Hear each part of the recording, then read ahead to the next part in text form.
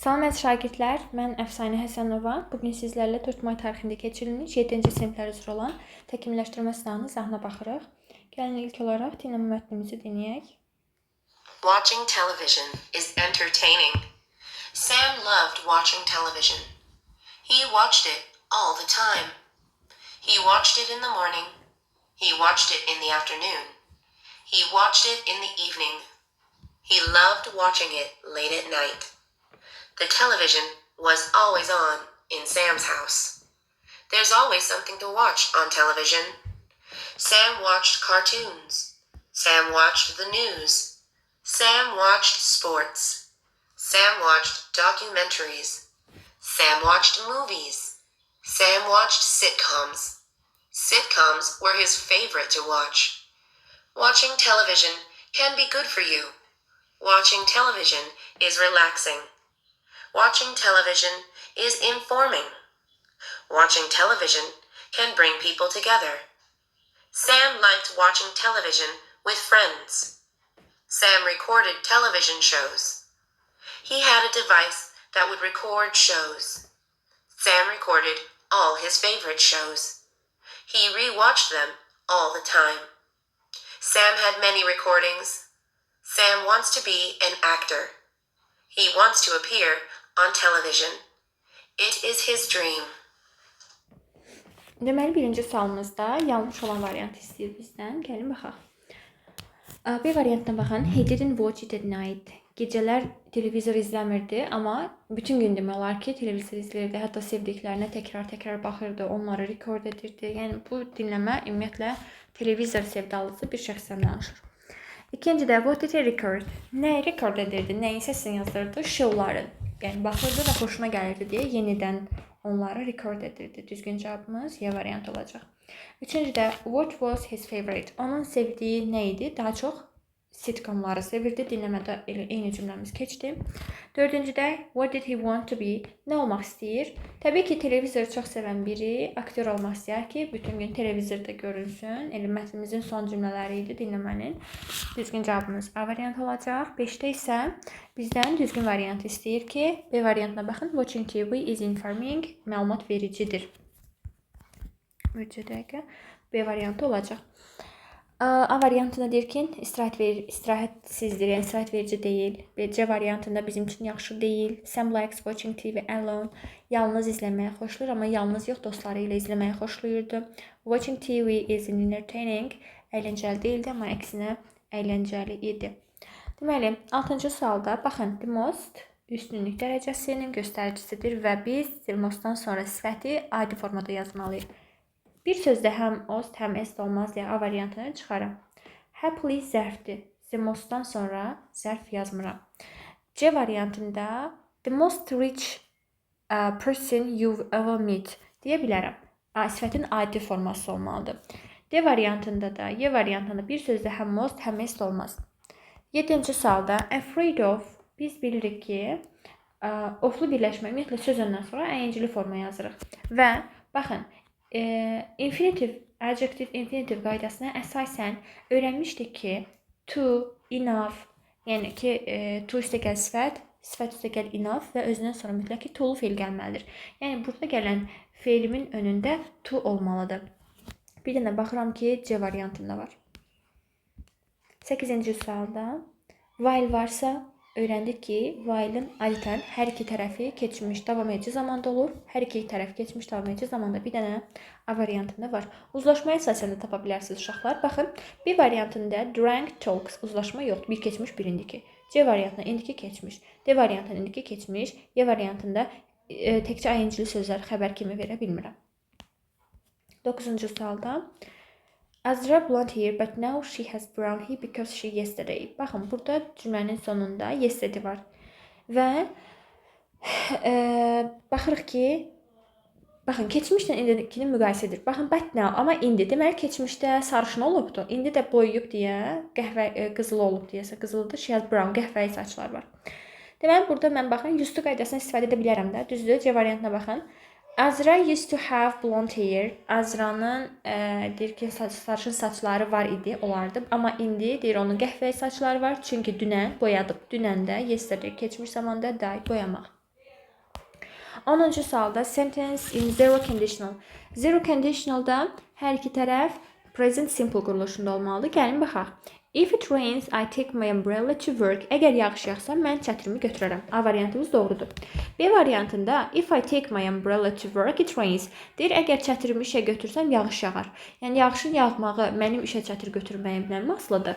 Xeyr, B variantı yanlışdır. C variantında if it rains. Baxın, mübtədamız 3-cü şəxsin təkindədir. Sonunda s-imi verməliyəm. D variantında if it rains, I takes my umbrella to work. Biz dedik ki, mübtəda birinci şəxsdə yox, 3-cü şəxsin təkində olarsa s olar. Birinci şəxsdə s artırmaram. Y variantında isə if it raining necə deyə bilərəm? Az öncə demişdik ki, ing-li sözü tək xəbər kimi verə bilmərəm. 11-ci sualda he 3-cü şəxsin təkidir, arrive verə bilmərəm. Və zaman uzlaşmasına görə də tapa bilərsiniz. Məsələn, arrives indiki rain keçmiş. B variantımız da uyğun gəlməz. Digərlərinə baxaq. Aha, arrived was raining düzgün cavabımdır. When-dən sonra will yazmaq olmaz. Y variantında isə id-li sözlə is uzlaşmır. Yəni keçmiş indiki uzlaşmır. Düzgün cavabımız C variantı qalacaq. Sonra 12-ci sualda tag question. Your pet Jack doesn't like to bite people. Baxın, burada söhbət nədən gedir? İtdən gedir, düzdürmü? Sənin ev itin demək istəyir və tag question-da necə idi? İnkara təsdiq verməliyəm. Zamanım nədirsə, o zamandan istifadə etməliyəm və mübtədamı nəzərə almalıyam. Burada inkarda mən təsdiq yazıram. Köməkçi feilim nədir? Doesn't daha doğrusu. Mənə doesn't-ın təsdiqi lazımdır. Yəni does lazımdır. Və baxaq görək C variantında var. İz verməyib ki, baxın, burada mən izləri istifadə edə bilmərəm. Çünki cümləmdə iz olmalıdır ki, mən izdən istifadə edim. Nə varsa ondan da istifadə etməliyik. 13-də were you late? I missed the bus. Deyir, mən avtobusa gecikdim. Deməli, soruşmuşam ki, niyə gecikmirsən? Niyə gec qalmırsan? Niyə? Səbəbini soruşmuşam. O da deyir ki, mən avtobusa gecikdim. 14-də definitionlara uyğunlaşdırmalıyıq. Safe, təhlükəsiz. Baxın, not dangerous. C uyğun gələcək. Pearl, mirvari. A small, hard, shiny, white ball. Balaca, bərk, parlaq, ağ bir metal top. Yəni top deyəndə metal formada. Daha doğrusu ball, top. B variantı uyğun gələcək. C variantı trim isə bəzəmək deməkdir. 3-ə də A uyğun gələcək. C, B, A uyğun cavabımız ilə A variantı olmuş olur. Aha, cümlə qurmaq. Make up sentence. Baxın, burada uşaqlar, birinci 3-ü yazaram. Niyə 3-ü yazarıq? Çünki biz öyrəndik ki, adlı halda olan əvəzlik cümlənin ortasında və sonunda gəlməz. Cümləyə baxıram ki, sözlərə çox sadə bir nəqli cümlədən söhbət gedir də, düzdürmü? Sadə bir nəqli cümlədə adlı hal ortada gəlməz deyə mən 3-ü ortalarda bir yerlərdə və yaxud da sonda verə bilmərəm. Elə bir dənə variantımız qalacaq, B variantı. Oradan tapa bilərsiniz. Gəlin cümləni tam yazaq. I write this poem myself. Bu hekayəni, bu poemanı özüm yazmışam. I-ın da qayıdış əvəzliyi myself. Çünki reflexive pronouns mübtədamıza əsasən qoyuruq. Mətnimizi oxuyaq. When we arrived at the little hotel, the first thing we did was to check if it was clean. Otelə çatanda, balaca bir otelə çatanda bizim ilk işimiz otelin təmiz olub olmadığını yoxlamaq oldu. When we were particularly interested in kitchen, which was at the back of the building. Biz deyir ki, müntəzəm olaraq mətbəxlə maraqlanırdıq ki, hansı ki binanın arxa hissəsində idi. There were so large open shelves filled with pots, pans and plates. Deyir, orada biz deməli boş qaplarla, qazanlarla, çaydanlarla dolu olan böyük və açıq shelfslər gördük. Yəni ki, şkaflar gördük. These were clean, but the floors were very dirty. Deyir ki, bunlar təmiz idi, yəni şkaflar təmiz idi, amma döşəmə çirkli idi. We also noticed that the food was not kept covered and there were a lot of flies about. Deyir ki, və biz gördük ki, yeməklər yəni ağzı bağlı şəkildə saxlanılmır və ətrafda çoxlu həşəratlar gəzir. Therefore, we decided not to stay in that hotel. Ona görə də biz o oteldə qalmamağa qərar verdik. İndi 16-cı sualda this hotel, görək otelimiz necə olub. Is not properly taken care of. Baxın, müntəzəm olaraq qayğısına qalınmayıb, yəni təmizliyinə riayət olunmayıb. Elə düzgün cavabımız A variantı olacaq. 17-ci sualda when we saw the kitchen, biz mətbəxi görəndə, baxaq, it had just been cleaned, təzə təmizlənməmişdi, döşəmələr çirkli idi. We were pleased with the food. Biz yeməklərdən çox razı qaldıq. Razı qalmamışdılar, çünki deyirdi ki, ağzı bağlı şəkildə saxlanılmır. Everything seemed to be in order. Hər şey qaydasında görünürdü. Xeyr, qaydasında deyil heç nə. We were impressed by the variety of pots and pans. Biz çoxlu qazanların və çaydanların olmasından təsirləndik. Belə bir cümləmiz keçmədi. We knew this wasn't the right place to stay. Bildik ki, qalmaq üçün o qədər də yaxşı bir yer deyil. Bəli, düzgün cavabımız Y variantı olacaq. 18-dən the kitchen wasn't clean enough. Kifayət qədər təmiz deyildi. Bəli, şkaflar təmiz olsa da döşəmə çirkli idi. Yeməklərin ağzı açıq idi. Hər tərəfdə həşəratlar gəzirdi, milçəklər uçurdu.